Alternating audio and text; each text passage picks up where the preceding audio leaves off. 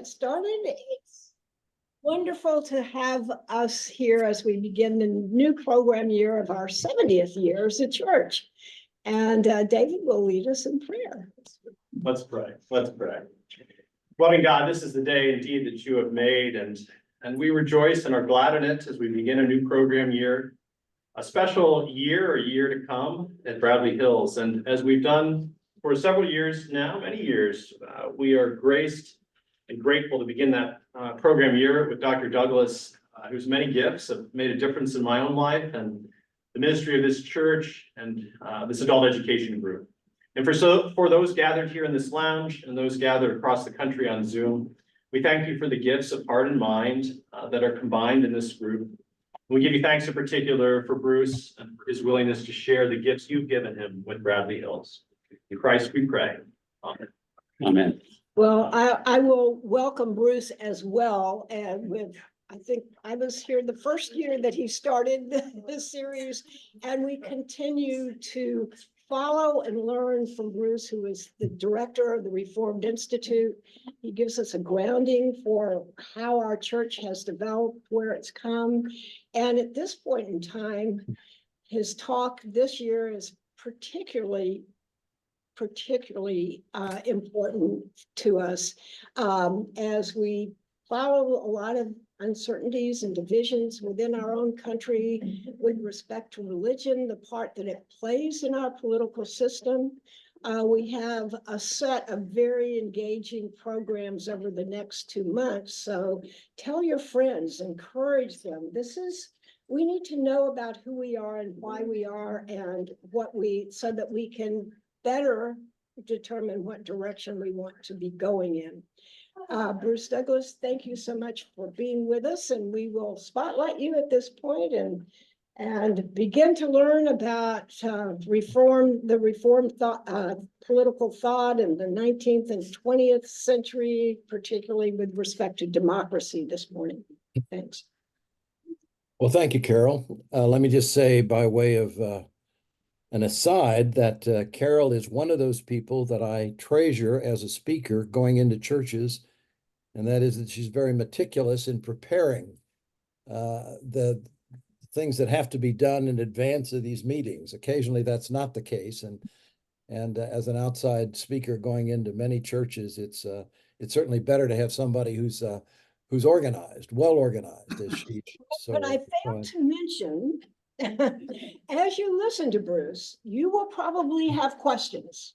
If you're remote, put them in the chat and so that we can see them. If you're here, we will do our best because he's got a lot to say, but do continue to question, and Bruce will recognize you as best we can. Go ahead, Bruce. Sorry, didn't mention that. Okay. My theme is a broad theme, as Carol has indicated, going back several years now, I've been developing this, is Reformed Protestant political thought. And let me just say a word about that word Reformed. It is the most common name throughout the world for our particular version of the Christian religion or Protestant Christianity. And that word comes from the 16th century. It comes from the time of Zwingli and Calvin, when the people who were involved in the project of Reformation were sorting out their differences. And quickly it emerged that there were these people who were followers of Luther who had some differences with the people who came to be known as Reformed. And the Reformed got that label because they were inclined to go farther in their departures from Roman Catholicism than the Lutherans and later the Episcopalians were. Let me just complete that thought by saying they never were prepared to go quite as far as the Anabaptists were. And the Anabaptists became, therefore, the more radical. You might say it's an odd phrase, but the Reformed were the moderately radical, and the Anabaptists were the more radical in terms of their willingness to depart from inherited beliefs and practices from the Roman Church. So we're talking about a particular tradition, a particular variant within the world of Protestantism. I've talked about this strain of Protestantism in the last couple of presentations I've made in a historical sequence that goes as follows. I believe it was 2 years ago when I first started doing this that I talked about the period which might be characterized as the founding period, the foundational period, laying of the foundations of Reformed political thought, a period running from the mid 1500s through the late 1600s. Let me say that again, the mid 1500s through the late 1600s. That's a period that includes not only Calvin, but those who come later, Puritans, Covenanters, running roughly up through the Glorious Revolution in the English case. The second talk that I gave, the second series that I gave in this sequence last year is a series of talks that talked again about Reformed political thought in the period from the 1700s into the early 1800s, the 1700s through the early 1800s, which included, you may recall, if you were here last year, a discussion of the French Revolution, the American Revolution, a very different sort of environment from the one that had been inhabited by the founding fathers of Reformed Protestant thought. Now, today I want to carry this story farther. I'm working on this as a large project, the whole development of Reformed political thought, which is about 500 years in its history, running from the 1520s through the 2020s. The next step in this process, which I'll be discussing today and the next 2 Sundays, is a period running from the mid 1800s through the early 1900s. Let's think of it primarily as a period from, in American terms, the time period spanning roughly the lead up to the Civil War and then ending at the time of the First World War, about the 1840s and 50s through the early 19-teens. And in talking about this, I want to talk about 3 themes. There's always a question about what are the themes that need to be really foregrounded. And as I read Reformed political thought in this period, and I'll talk about who some of those figures are in a moment, as I read Reformed political thought in this period, it struck me that 3 themes were worthy of particular attention in these talks. One is democracy. I'm going to be talking once again, as I did last year, about democracy. It has a complex history.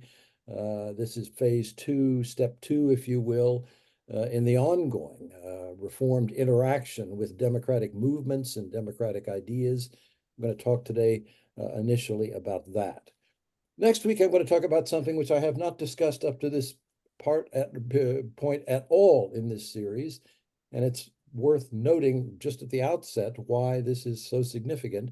I'm going to talk next week about political economy, or economics, as we have come to think of it, the side of economics that deals with discussion of the role of civil authorities or the state.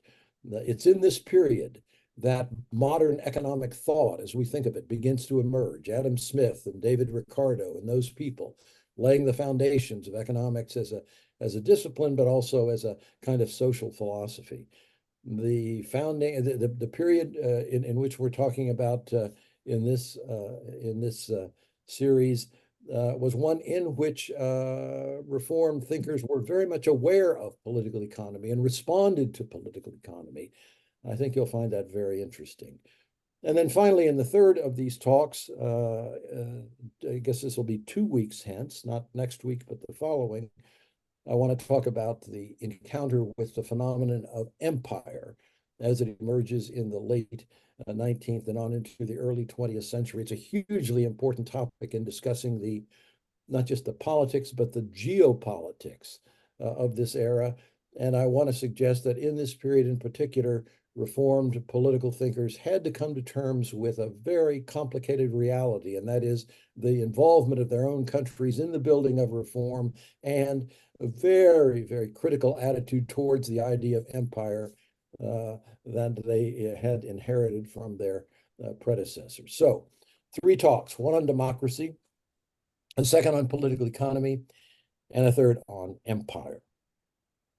Now, let me begin the discussion of democracy, this second discussion of democracy, after I discussed it last year in relation to particularly the American Revolution and the French Revolution.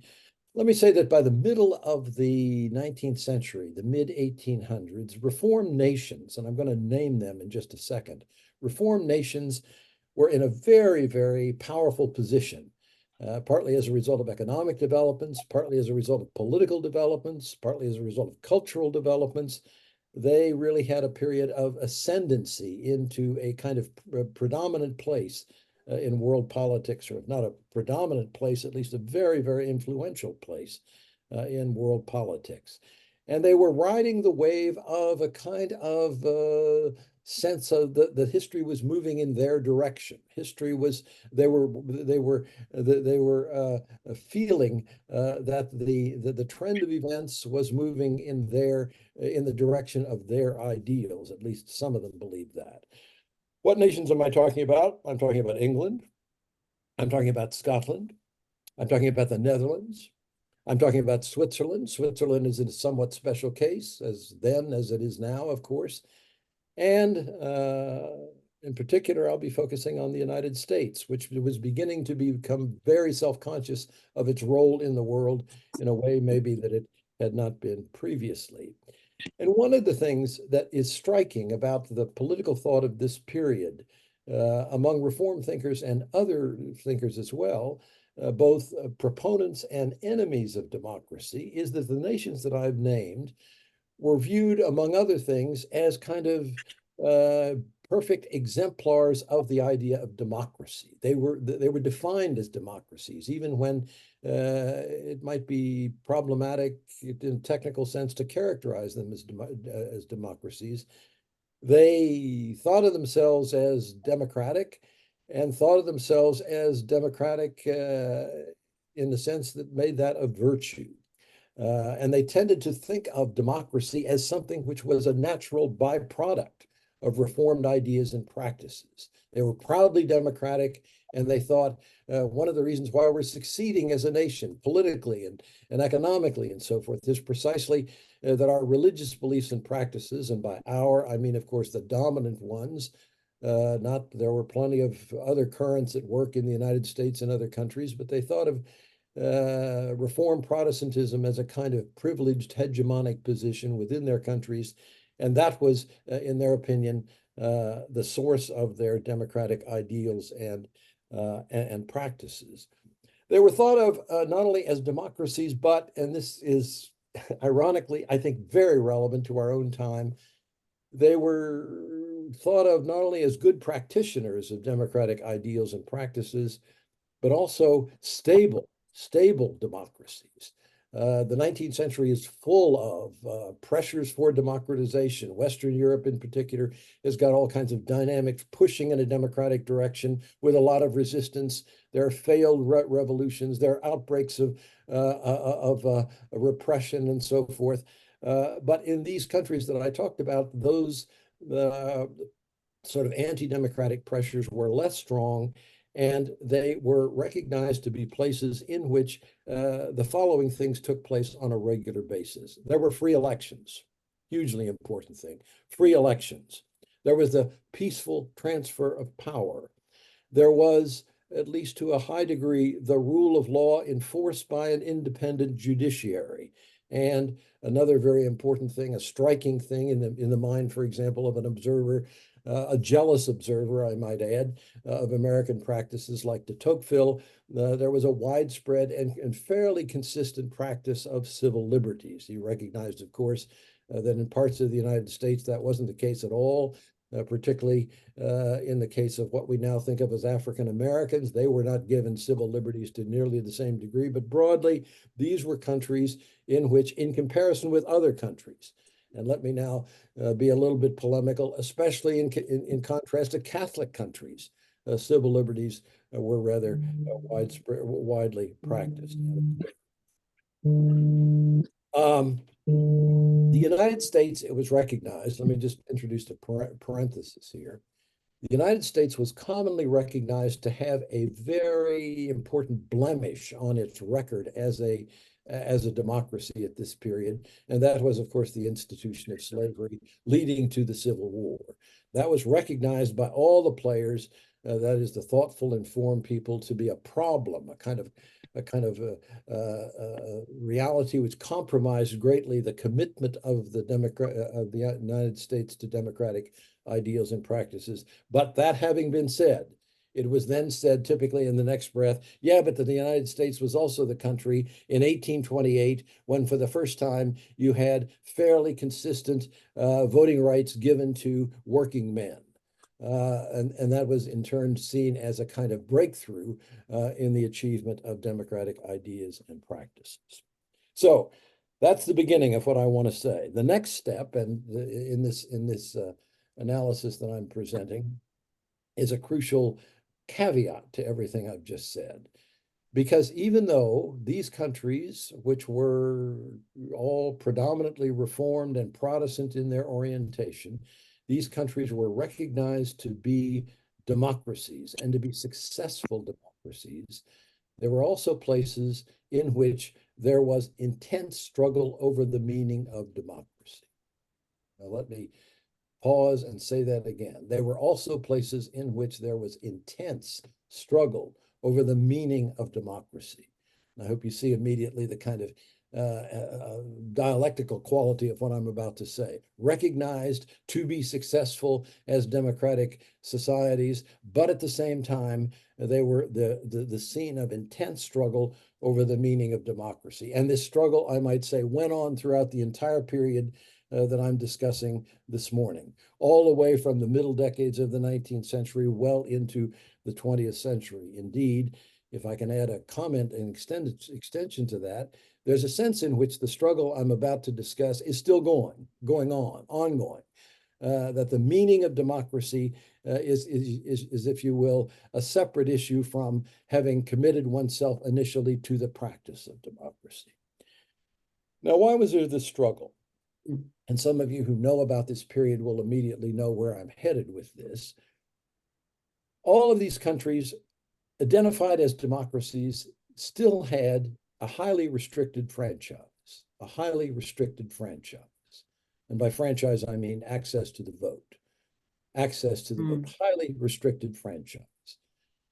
And in a crowd like Bradley Hills, I need not assume that you don't know exactly what I'm saying by that, but let me spell it out. The voting population was male, white, and very often primarily people of property. That is, there was a property qualification and sometimes a substantial property qualification for access to the vote, especially in Britain, for example, where all the way through the 19th century, there is a struggle over the question of whether or not a property qualification should define the right to vote. So you have, ironically, even though we're talking about democratic societies, which are proud of the fact that they are democratic societies, you have to say in the next breath, they were proud of this precisely because they didn't want to get into the issue of what about all the others? What about all the others? What about all the other people who were excluded by these restrictions? And in particular, I want to identify three who become the source of enormous battles in the 19th century, enormous battles. One is the working class, people who did not have property, who did not own the kind of property which qualified as meeting the property qualification. Secondly, people of color, and of course, in particular, people of African descent. And thirdly, women. You might say those are the big three of the struggles that went on in the 19th century in a whole series of societies. And I want to just allude to the fact that the struggles I'm going to be discussing took place in other countries as well. They took place in the German-speaking world and in Italy and so forth. But in particular, they had a kind of force and thrust in the countries that I mentioned because of their commitment to democratic ideals. Now, one of the things that happens in the 19th century is that in every one of those three cases, there are movements arising to resist the exclusion of those people from the franchise. There are movements that arise that are trying to press back against those exclusionary restrictions to expand the availability of the franchise. And let me just list a few of them. Again, most of you know who these people are, but let me just put some labels on it. The abolitionists. The abolitionists were clearly about not just the abolition of slavery, but many of them, not all of them, were committed also to making sure that the slave population, once emancipated, would also be enfranchised, which is one of the reasons why we get a specific amendment to the Constitution in that period having to do with access to the vote. The suffragettes. And by the way, the suffragettes in the American case, of course, it's a broader movement, but the suffragettes emerge almost piggybacked on the abolition struggle. They're intertwined because women who are active in the anti-slavery struggle, naturally, you're bound to raise the question: what about us? Why not give us access to the vote as well? And then another one is this is probably less well known in this audience, but the English had in the 1830s a movement called the Chartists, who were appealing to a certain charter coming from the working class that demanded the vote for the working class as a matter of right, a kind of, if not a human right, at least a civil right. And labor unions, of course, begin to emerge in the 1850s and 1860s and thereafter in one country after another. And a central part of their agenda is not just access to certain rights that had to do specifically with labor, but more broadly expansion of the franchise. I used to say to students when I was teaching at Georgetown that the only way that I could possibly capture the sense of what was the drama that was played out around these movements was to say that the kind of struggles that take place in the United States today over issues like, at that point I was talking about abortion, I would say the abortion rights struggle arouses just intense passions on both sides of the aisle, so to speak, on both sides of the divide. Well, the same kind of thing happened with regard to expansion of the franchise. And that's why in one country after another, there were struggles that oftentimes failed to seek to get the expansion of the franchise in a way that today just seems like the obvious right thing to do. There was immense resistance, and the immense resistance came, of course, from people who had the men who had met the qualifications for the vote. Now, to make a long, complicated story very brief, gradually, as a result of these struggles, there was slow progress made, slow progress on all of the fronts that I've just mentioned. Interestingly, the progress came first for the working class. It's very interesting to observe that the United States was the first country really to observe in a widespread way access to the vote for working class. It started back in the 1820s with the Jacksonian movement, which, by the way, is another movement that could be added to the list I've already given you. But in Britain, it was very slow. The 1830s, a small segment of the working class got the vote. The 1860s, another segment of the working class got the vote.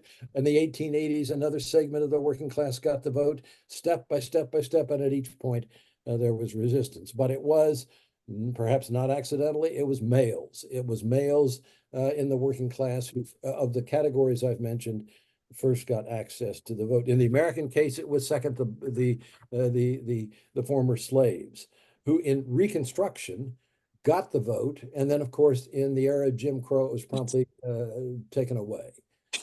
Which means that, and I think, again, most of you know this, you could say that in a real sense, the enfranchisement of the slave population, the previously slave population, did not take place in this country until the middle of the 20th century, that is the 1960s.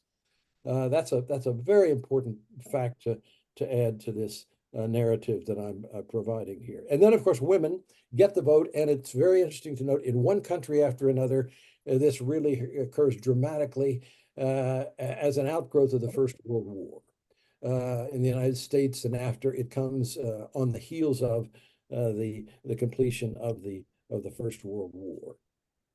So you can say, as a broad generalization about this, building up now to what I'm going to say about the Reformed response to it, there was a very steady movement in a certain direction. Steady movement, slow movement, but steady movement on a variety of different fronts to expand the franchise.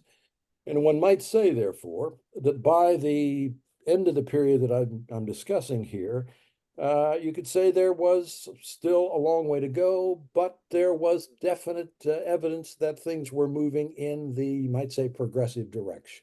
Things were moving in the progressive direction. And that was not uncommon for people to say as this unfolded, and especially as it came to fruition in the aftermath of the First World War. You can see that there is a trend at work which is leading us inexorably in a certain direction. We are all headed in this democratic direction. You might summarize it by saying we haven't gone as far yet in 1917. We haven't gone as far yet as we could, but we're headed in the right direction. And many people, many speaking very optimistically about this, said, and we're certainly going to get where we need to go.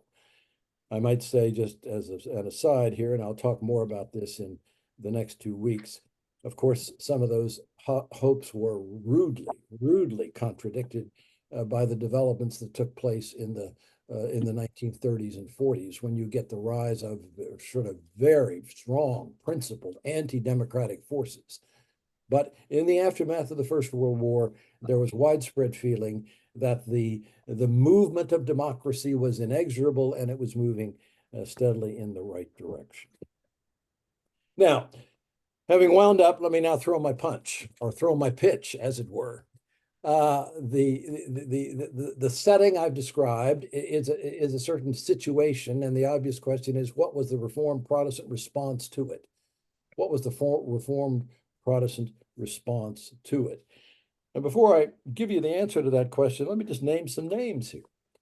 The obvious question is, well, who is he talking about? Reformed Protestants in this era, who is he talking about? Well, one good illustration of this kind of chapter in the history of Reformed Protestantism is the Beecher family.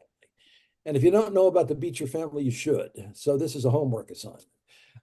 Probably one of the most prominent families in American history in this period. Lyman Beecher, of course, the great Puritan Presbyterian leader in the latter part of the previous century and on into the 19th century. He's the patriarch of this family. Lyman Beecher, for a while, a very important figure at Yale, congregational and Presbyterian clergyman, very, very prominent in the church and in politics, in civil politics.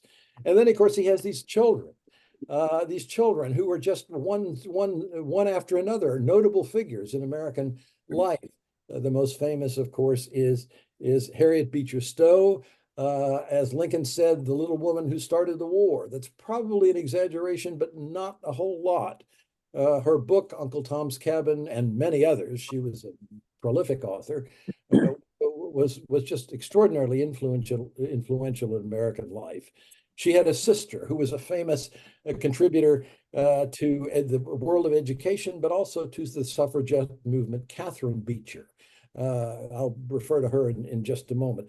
And then the most famous male of that Lyman Beecher's family, his children, Henry Ward Beecher, a pastor in a church in Brooklyn, New York, that made him, he was just an extraordinarily gifted preacher and was kind of figure, public figure, also a very strong abolitionist, the kind of public figure whose views were oftentimes front page news on the New York Times, believe it or not. Very, very extraordinarily important figure in American public life. They have a whole. Those are just some. And then toward the end of the century, the social gospel movement had its reformed elements. A figure like Josiah Strong. I'll talk about him when we come to imperialism. Very important figure in the whole congregational church and the congregational movement. And then Thomas Chalmers in Scotland, a very important figure in the theme I'm going to be talking about next week, a clergyman, for a while a professor at the University of Edinburgh, and one of the people who contributed to this dialogue between economics and politics. I can name others, but there's a whole series of people of this kind who had great influence in the societies in which they were living and acting. Now, what was the Reformed response to this struggle over democracy and this movement in broadly a democratic direction? The first thing I want to say about it is that in principle, their response was positive. In principle, their response was positive. And I want to stress that's not to be taken for granted in this period. There were lots of Christian forces who were opposed to the advance of democracy. And the most important of those forces was Roman Catholicism, which until the latter part of the 19th century had not one word good to say, not one good word to say about democratization, saw it as the work of the devil. There's a very important shift that takes place toward the end of the 19th century about that. But in principle, the Roman Catholics were very much opposed to the trend toward democratization and saw it, by the way, as a kind of Protestant heresy.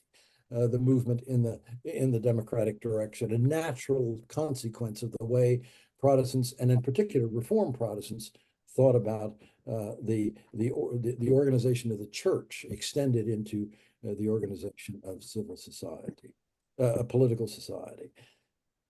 Having said that, now let me qualify what I said. In principle, positive, but with a big caveat. In principle, positive, but with a big caveat. And the caveat was this: if democratization was going to be a good thing, not a pernicious thing, if democratization was to have good effects and not bad effects on the body politic, one Reformed thinker after another said, it was important that people were allowed to vote only when they were qualified to vote, allowed to vote only when they met certain conditions. Don't just let everybody in willy-nilly. No. You need for people to be ready to exercise the franchise, and only then if you're going to have good effects. What kind of conditions did they have in mind? Not property, not the thing which previously had been so thinking about this matter. Not property, but rather literacy.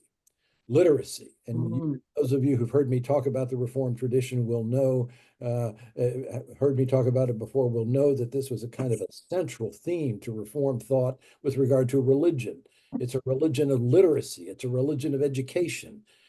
Constantly in the Reformed Protestant tradition, there's an emphasis on the need to educate people, and the need to educate people well enough that they can think in a serious way about Scripture. And when they begin to think seriously about Scripture, they're on their way to thinking about a whole lot of other things in a serious way. So literacy was, by extension, a central ingredient in the minds of Reformed Protestants about what people needed to have to be qualified to vote. But it wasn't just literacy. They thought it was important that people have at least some basic education. In Britain, for example, Reformed Protestants routinely said at least elementary education, at least elementary education. And as time went by, the bar was lifted, secondary education. You wouldn't want somebody voting unless they had some intellectual sophistication, and that presupposed not just elementary, but some degree of secondary education. But in addition to that, they also thought that it was important that people if they were going to qualify to vote, that they demonstrate in their lives some degree of what they characterized as responsible responsible living. They should have a job. They should pay taxes. And they should conduct themselves in a morally responsible way. If they're going to have children, they should be in a position to raise those children well, and so forth. and what emerges out of that is the image of the voter as an upright person, an upright person.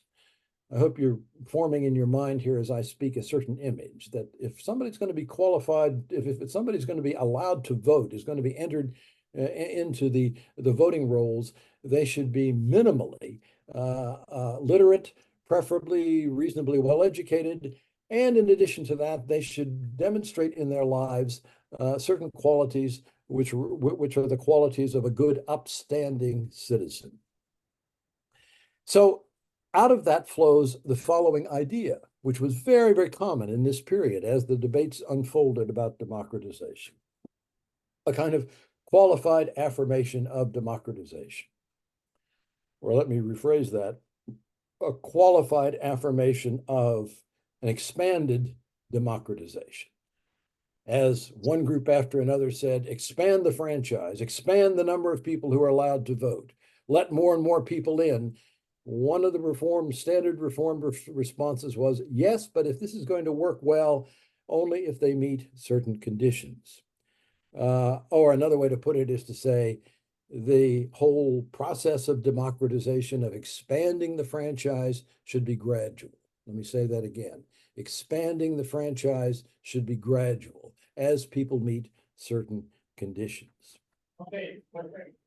So to conclude on that point, it seems to me it's not inappropriate to say that the people who were thinking in our tradition about this problem of democratization, expanded democratization, tended to end up with this position, that voting should not be thought of as a right, but rather a privilege.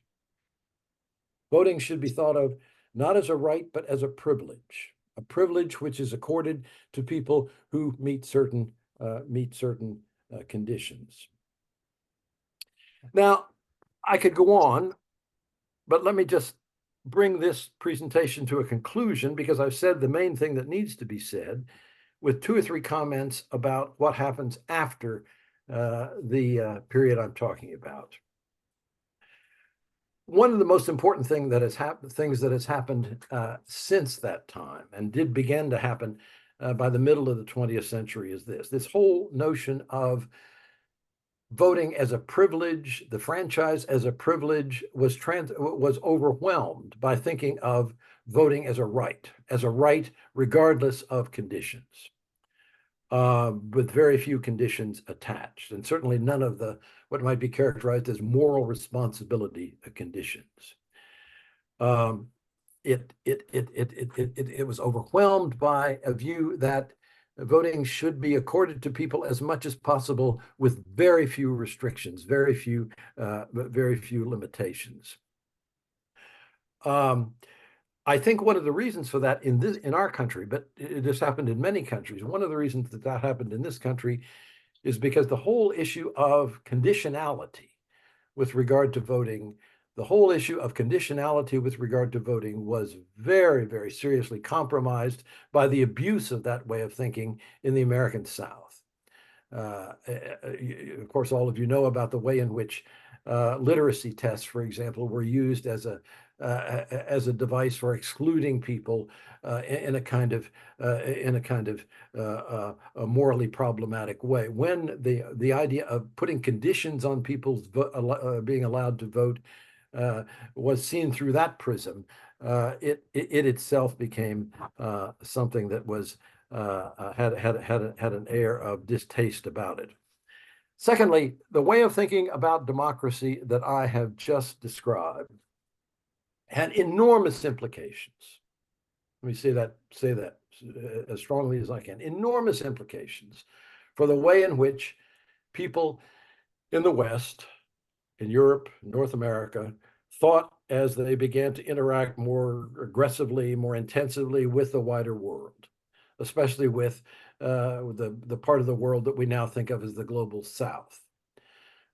And they had to think about that, of course, because as they confronted in the building of empires and then the process of decolonization, they had to think about the spread of democracy in the rest of the world. You can see immediately where this goes. If you think about democracy as something that people is right for people only when they are prepared, then of course you might say it's not really appropriate for, say, the people living in India until they have met a whole series of conditions. So this idea of the conditionality of democracy, the conditionality of what should be done with respect to the franchise, had enormous implications for the interaction between especially the colonial powers and the subject peoples in those colonies. The last thing I want to say is this. It's so interesting to me to see how now, as there is a new struggle over the meaning of democracy, which is typically framed in terms of democracy versus populism, that many of the issues that were in play in that discussion in the 19th century are emerging in a sort of oblique way. People are recognizing that more democracy itself may be morally ambiguous. Democracy itself may be morally ambiguous depending upon the conditions under which it is realized, the terms on which it is practiced, and therefore you get a return to some of these themes that were at work in the 19th century and early 20th century debates. Carol, let me stop there, and we'll see where the discussion goes. Thank you, Bruce. Wow. Lots to ponder about, and our awareness level has so been raised. Does anyone at this point want more clarification or question given what we've heard? I'm sure we do. I'll give you all a minute. Yeah, Jack. Carol, I understand correctly. If literacy is important, then education should be important. How did that play out? Was that part of the movement of the United States to get better public education? It was one of the central reasons for the development and expansion of public education. Absolutely. As a matter of fact, the people, going back to Horace Mann, some of the people who were the strongest advocates of a system of public education, again, I have to stress, in many countries, a very debatable proposition. Do we really want to invest in the education of people who are mainly going to work with their hands? That was sort of the issue. The argument for expanding availability to education was intertwined very directly with arguments about the expansion of the franchise. There's one other thought about that. The obvious question is, how much education? Will mere literacy suffice? And by the way, it was so interesting. It's interesting to me to observe that in very often labor movements, which were mainly about what we today would characterize as bread and butter issues, labor movements oftentimes took a very, very, you might say, ambitious position with regard to the expansion of education. We want to provide educational opportunity which will enable the working man to have what? A lot of skills that pertain not just to the workplace itself, but to being a citizen in society. Steve? Let me expand on Jack's question a little bit more to another one of the major social movements of the 19th and early 20th centuries, which is prohibition. That was largely driven by women, and their success at getting the 19th Amendment passed was one of the driving forces in giving the franchise to women, because they demonstrated that they were not these feeble creatures incapable of political action. And surprisingly, as a result of that, then the income tax amendment as well, because most of the federal government's revenue had come from taxation of liquor until prohibition came along. What did the reform movement have to say about prohibition? Well, it will not surprise you to hear that on the whole, they were foursquare in favor of it, so much so that it became in American politics a rather standard assumption that this was a Protestant issue. A Protestant issue over against a Catholic view, which was a very different, had a very different view of the whole set of issues connected with it, and not just as they said, strong drink, not just the ethics of consumption of liquor, but a whole series of other things. But you're absolutely right. These things were so closely intertwined. There was abolition, there was temperance, there was the suffragette movement, at least those three things. And then typically also, because we're getting into industrialization in the latter part of the 19th century, and the problem of the city and the problem of labor, they were all sort of phrased that way. They were all intertwined. And people who typically were in favor of expansion of the franchise for women were also in favor of prohibition. And by the way, it's so interesting how prohibition, this is really a topic for another whole presentation, prohibition is a kind of radicalization of the temperance idea. I hope you see that point. Yes. The radicalization of the temperance idea. The temperance is not prohibition. Temperance is moderation, would be another way to put it. And just one other thing about that. I think you can see in the temperance ideal in particular a sort of vivid symbol of what, from the point of view of the people talking about these other issues I've been discussing this morning, would constitute the qualities of an upright citizen.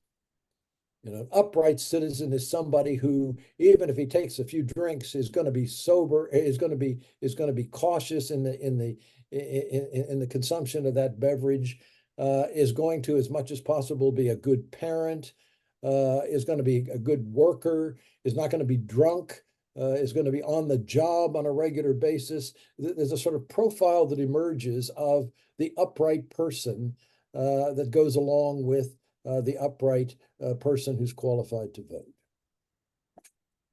We have a question from Allison McKinney, Tim. She says, you mentioned a positive reformed outlook in principle on democracy, but can you speak more about how the expansion of the franchise to the three groups you mentioned were contested among, what were the differences among Reformed authorities? And I'd like to hear a little bit more about the Catholic Church as well. Well, the resistance came in different ways in different countries. And I don't want to suggest that religion was the fundamental reason for resistance. It was a reason for resistance. The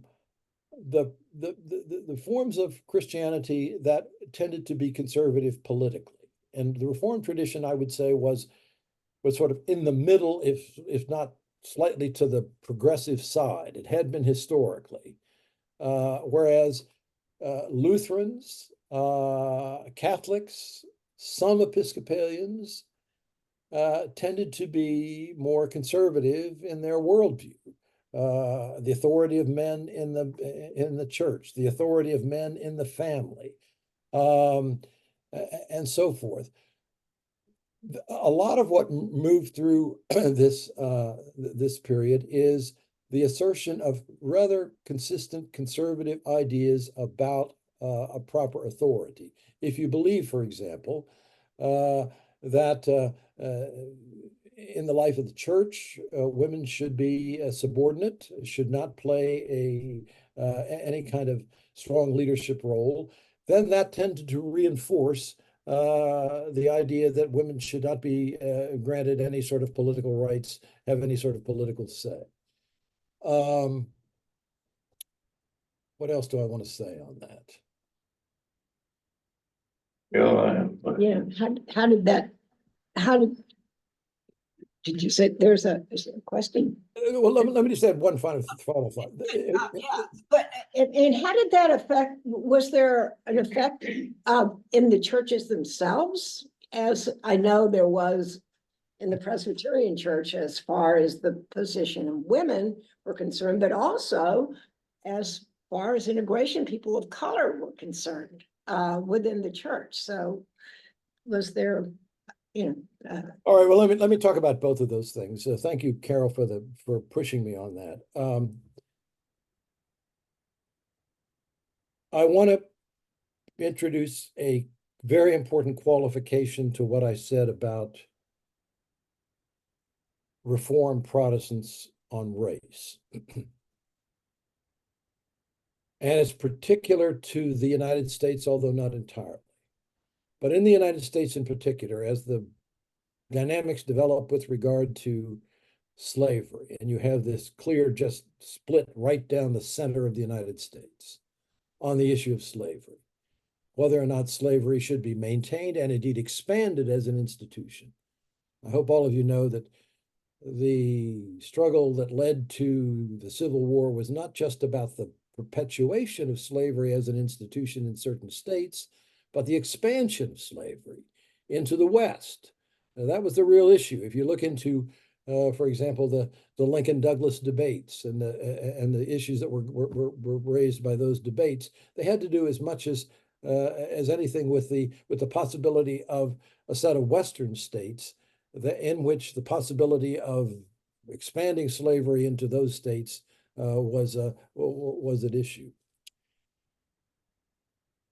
Now, as that struggle developed, I think the caveat I want to introduce is this, and again, I'm sure most of you know this. Presbyterians on the issue of slavery split right down the middle. There were probably as many Presbyterians who were on the side of maintaining the institution of slavery, especially in the South, as there were people on the other side. And they developed elaborate theologies to defend the institution of slavery, and they had to do with the central theme in a lot of this discussion is the inferiority of whoever we're talking about in relation to white males. So that is a fact, and I think the parallel to it, of course, much later is in South Africa. There are two cases in the history of Reformed Protestantism where, on the issue of race, the generalization I made today is a bit too facile. It has to be qualified with a recognition of this very serious problem. That's the first thing. Now, with regard to women, you touched upon something very, very interesting. And that is what was the situation with regard to life in the church? And again, to make a long, complicated story short and concise, I would say this. As early as the suffragette movement was developing, as early as the 1870s, women began asking, why not have female elders? Why not have, at that point, the argument was not so much female clergy, but just female elders. Strong resistance to that. Women's missionary societies were developed in the latter part of the 19th century as an instrument for women to take charge of their own role in the life of the church at a time when men were resisting the making available the more normal opportunities for leadership in the church. The issue would not die. It kept coming back again and again and again. And finally, in the late 1920s, was the first time, 10 years after after women got the vote in the church, in the Northern Presbyterian Church, not the Southern Church. In the late 1920s, the Book of Order was rewritten in such a way as to allow for the possibility of female deacons. And then about 20 years later, for the possibility of female elders. And it was not until the 1950s that finally the church authorized the ordination of women as clergy. Now, I hope just to recount that history will give you a sense of of the sort of drama here. We had 75 years essentially of struggle internally in the life of the more progressive Presbyterian Church, not the Southern Church, but the Northern Church, in order to arrive at the position where women could be ordained as clergy. It took roughly 75 years for that to happen. The last thing I want to say on that is to recount a kind of remarkable story, and that is at the time of at the end of the First World War, when the nation as a whole was getting ready to authorize the voting rights for women, there was a meeting of the Presbyterian General Assembly at which, once again, the question was, because it kept reasserting itself, what about some place in the leadership of the church for women? And of course, all the delegates of the General Assembly were men. And there was a proposal, that one woman be allowed to speak not as a delegate, but as a representative of the female voice in the church. And the motion to allow her to speak failed. So Wow. I hope you get so now. So you can imagine how some of those men thought about the other issues we're talking about here today. What was the date on that, Bruce? 1917. 17. Yeah, Mylon. I have a question about the Catholic Church. Did the democracy movement compel or influence the Catholic Church to democratize itself at all over the course of history? No. Like the election of the Pope? I mean, I don't know. Well, the answer is no. No. But let me say a word about how the democratization began to have how the church began to have a somewhat different attitude towards democratization in the civil realm. It happened in the late 1800s, and it happened as Catholic workers began to form Catholic unions and create the first version of what we now think of as Christian democratic parties, which became very, very important in Western European politics, especially after the Second World War. Now, as that happened, they pleaded with the Vatican for some kind of positive statement about democracy as a political phenomenon in the civil realm.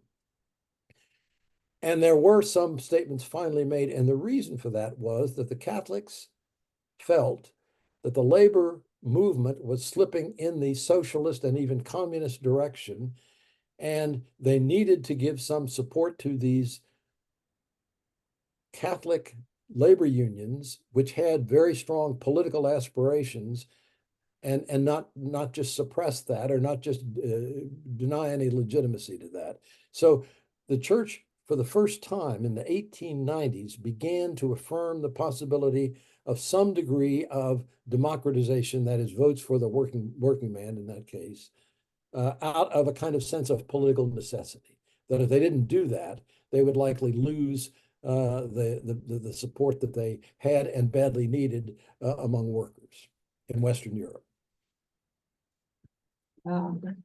We're getting close. I really, unless there's a really burning, there's so much more. There's so much more. Wow.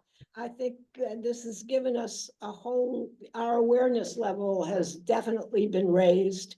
When I joined Bradley Hills in '76, we were one of the first Presbyterian churches in the area who had women elders. Eleanor Harris was the first woman, if you knew her, elder. And, we did have people of color as members, definitely. But, this issue, it hasn't been that long. And who are we as a church, and how are we evolving and changing? And Bruce, you have continued to strike right home at the issues and given us a lot to think about. We encourage all of you to join us next week. I'm actually going to have to join you a little late. I'll have to look at the recording. I'm going to check out France and how they're doing. But this has been, it's better than ever. And we really, really appreciate you, Bruce. And we've got a lot to think about, and we'll be joining you to look at the distribution and accumulation of wealth and how did the church, what was the role of the church, the reform, political thought as far as that was concerned. Lots to think about. Thank you so much. You're welcome. Have a good week.